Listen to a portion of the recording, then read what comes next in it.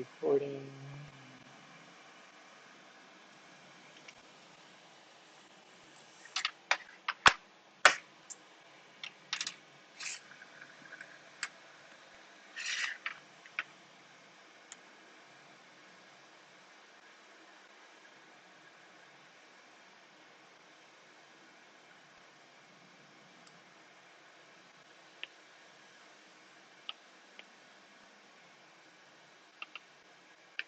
Okay, I'll post this slide to the chat. Oh yeah, should share my screen as well.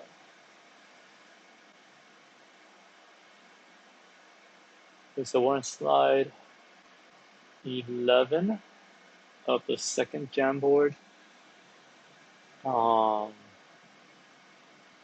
Can I just get a mic check that you can hear me and see the Jamboard on my screen share?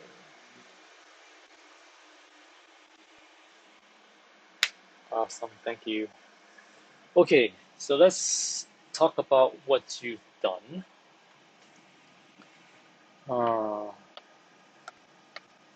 On your development machine, let's draw it smaller. On your development machine, you have a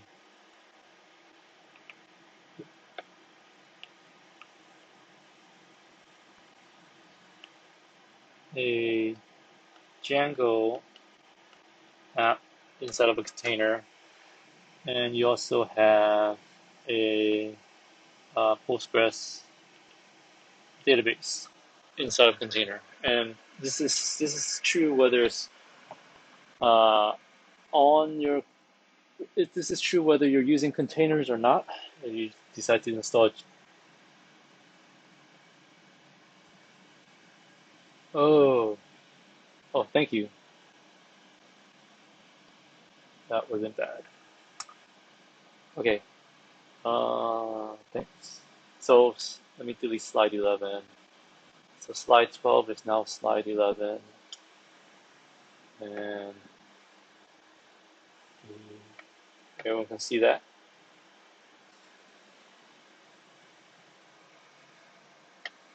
Okay. So we have your development machine. You've created 2 containers, one Django, one Postgres. And this is true whether or not you're in containers or not. So what we have is you have your browser, and it can interact with Django. You can get HTML pages, load web pages from the Django app. If you had another computer on your home network,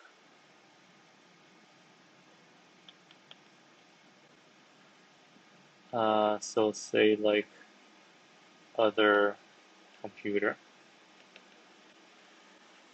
and it is running a browser,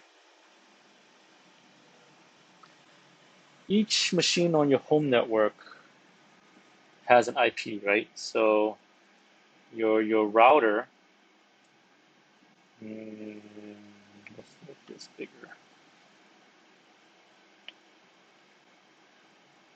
Your home network has a router, and your router, when you're reaching your router from any of your home devices or computers, usually it's 192.168.1.1 is the IP of your router. And then we can also say your dev machine might have a IP of 192.168.1.2. So in your browser, if you decided to put into the URL 192.168.1.2, a browser on another machine on your home network should be able to go to the router and then oops, go to the router, get directed to your home machine, and then depending if you have a firewall or not set up, hit your Django application. Um, if you didn't disable anything, that should just kind of automatically work um, from my experience. Uh, so you're basically, in this scenario, your development machine is acting as a server, and you have a user on another machine that's able to um, hit your service using a browser on their machine. Now, on the so that should just work.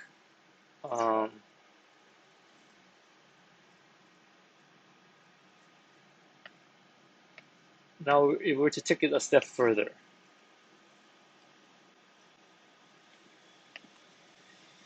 on the actual internet, there can be some other machine on the internet, and it could have a browser. So this is like stranger machine. Someone could put in a URL in their browser, go through the internet, and then get to your router. So let's use a different color. Go through the internet, say you have Spectrum, and then get to your Django application. Typically, this is blocked because your router will have default configurations to block that kind of request. But if you wanted to set it up, it's called port forwarding. So you basically configure your router to forward requests on this port to a specific machine on your home network. Because this other machine down here could have another IP 192.168.1.3. So you want to say any requests to your home router for a specific port will get routed to a specific host and on a specific port. So of course you need to kind of map your machine port to the container port, which we've done, right? The 8000 port. And to get this setup working is you would need this piece right here. Every home on Spectrum's network has an IP. So this IP would not be a 192 number. It'll be let's see, what is mine?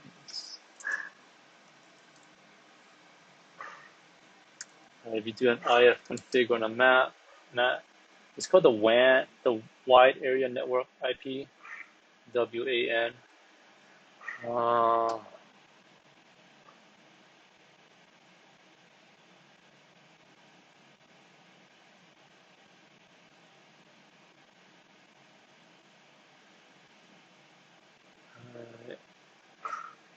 I don't see it, but it'll be an IP. We'll call it x.y.z. Or we'll call it a.b.c.d. There'll be another IP like that.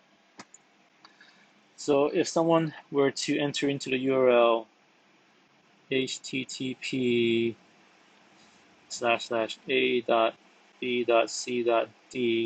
port 80 or 8000, whatever you decided to forward on your router, they can actually do that. And this is kind of like how you would have a server or an application available to the internet, right? Though, unless you're really comfortable with network settings on your router, you generally do not want to open your home network up to the rest of the world. But you could use your home network as a production environment. So what typically would happen is you would use a hosting provider, whether that's AWS, Amazon, Microsoft's Azure, uh, Google's Google Cloud Compute platform, and then there's other ones where it's not a full cloud offering, but like DigitalOcean, where they have a server that you share with others that you can just put your code on. And then they all have different types of services, but at the end of the day, what they're giving you is again, they have their own router, and then they probably don't use RSTU. They probably don't have an IP, but they'll give you like a URL name, which you just pretty much just buy, and you can set that up.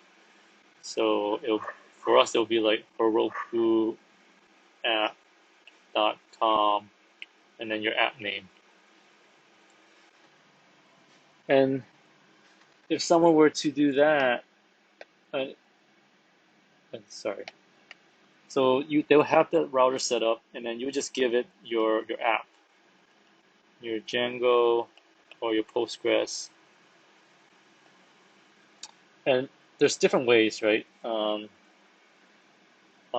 You can use VMs. You can use just they just give you a folder that you put in, and that folder gets hosted.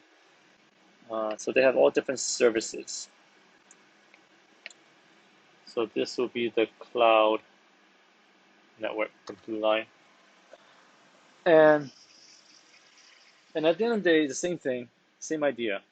Um, Someone on the internet, a stranger's machine, will enter into a URL, and through the networking magic of the internet, get to your cloud provider's router, a way more advanced router, um, and then it gets forwarded to your application. And then whatever returns all the HTML, it just gets passed along.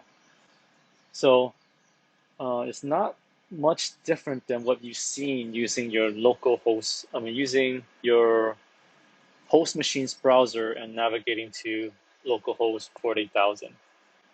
So very similar mechanics. So that's the idea of production, right? The only difference between what you have currently and a real production server is you probably you haven't set things up where like your laptop or your machine is running 24/7 and it's like locked down and secured and optimized for speed and things. But other than that, like you could use your current setup as production. So that's an overview of production. I'm gonna move to slide 12 and talk about how Heroku does it. Um, but before I do, I guess, does anyone have questions, comments, concerns? All right. So let's just start out with the same picture. On your development, you have an app.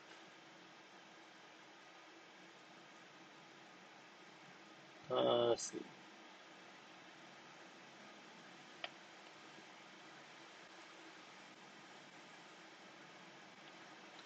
Let's say you have an app, so like source code to an app. And what you do, and then I'm just gonna show you how it gets from your machine to Heroku's machines that is served and constantly up and available for your users. So the first step, using Heroku's tools, is you will convert that basically your source files into, you're going to build an image. So how do we draw an image? So an image here. So this is based off of your Docker file and all your source code. So that image is locally. So each time you change your source code, you're going to rebuild the image. So then the image is updated with the latest source code. And then this image will get pushed to Heroku in their registry. So how should I draw a registry? I'll do this cloud thing. A registry. So the registry, if you remember, like is where you it's where you store images. So if you remember Docker Hub, that's a registry that stores many images. So once your image is pushed to Heroku's registry, they have a copy and they can use that image to run containers. So then there will be a second step where you actually tell Heroku that to take that image and then actually run a container. Oops. So this is a container, and you can run multiple containers of this from the same image. So that'll, hopefully that'll look a little different than an image. And once that step is done, Heroku does a lot of fancy things. Let's draw like this. They probably have not one router, but like many different things running to do the routing. Once you run the image, Heroku will know and set up connections between their routing system. I should not call it a router. I'm going to call it routing system. Like, it's a lot of stuff I don't understand. But once that's available and is connected, then anyone going to HTTP, app name dot Heroku app.com would be able to reach Heroku's routing system and then get to your container. And then lastly, Heroku also provides you ability to kind of like instantiate a database as an add-on service. Not every app needs a database, so they provide that for you.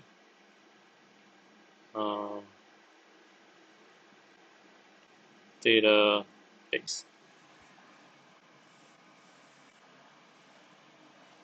And then you just need to also connect up your container with the database.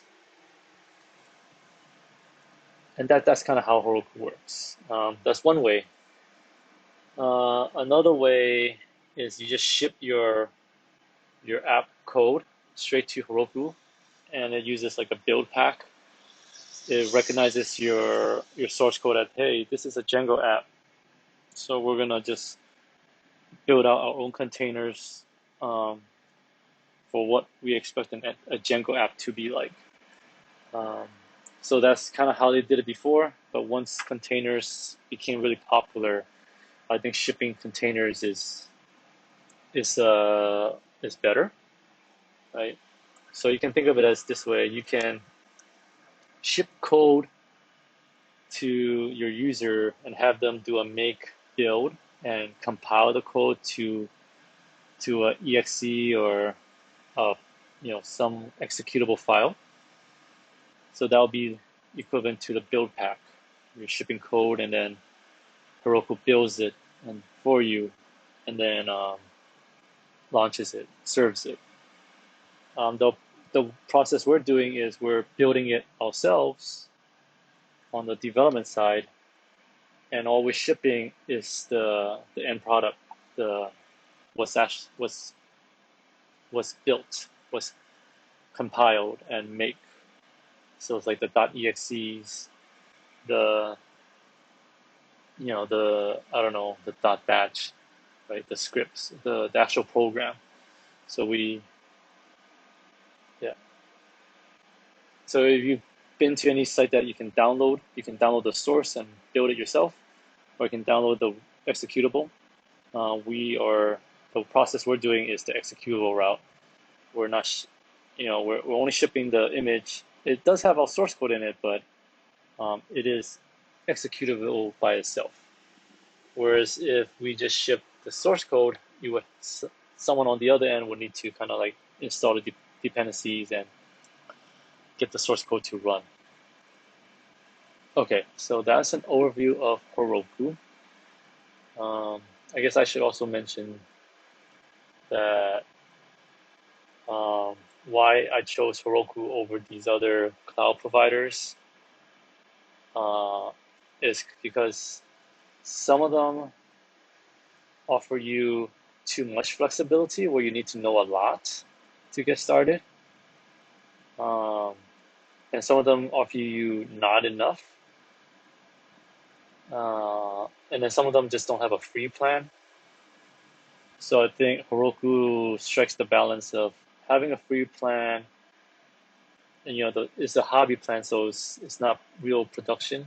Like you're gonna have a little bit slower because it spins it up as needed. So it'll be a little slower, but it is simple enough, free enough, and popular enough where it makes sense to use it for this learning process. So I hope that makes sense. I should have said that in the beginning. But yeah, I mean, there's definitely free plans for some of the other ones, but you have to provide a credit card, and if you accidentally go above the free plan, you will get charged. So I also didn't want to run that risk. So Heroku, the risk of actually being charged is almost it's less than the other ones. But please, try not to accidentally do something where you get charged. I'll feel really bad. Okay, so with that, I'm going to stop the video, see if you have more questions, and maybe start the Heroku demonstration. And of course, fix my mic.